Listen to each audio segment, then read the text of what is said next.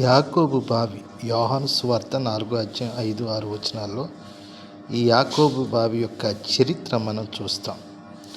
షెకెం ముందర గుడారం వేసిన ఆ పొలంలో 100 వరహాలు కొనుక్కున్నట్లు అక్కడ బలిపీఠం ఏలోహి, నేను నా సహోదరుల కంటే నీకు ఒక భాగం ఎక్కువగా ఇచ్చింది.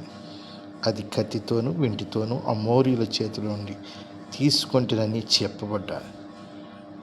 ఆదికాండం 48:22. అనగా యాకోబు కొన్న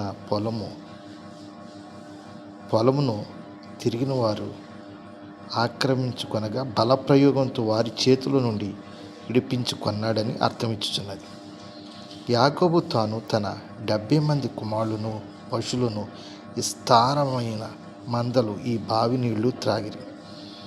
యోహాను సువార్త 4:12 చెప్పబడింది. షెకెము దగ్గరనున్న ఈ పొలము యోసేపు పుత్రులకు స్వాస్యముగా ఉండెను. ఇది చాలా ప్రాముఖ్యమైనదండి. యెహోషువ గ్రంథం 24:32. మన తండ్రిని యాకోబు మనకిచ్చారు అంటుంది స్త్రీ, అనగా ఆమె యోసేపు వంశానికి చెందింది. యోహాను సువార్త 4:12. యాకోబును గురించి, యాకోబు ఆ బావి గురించి ఎంత చరిత్ర మనం చూడగలుగుతున్నాం.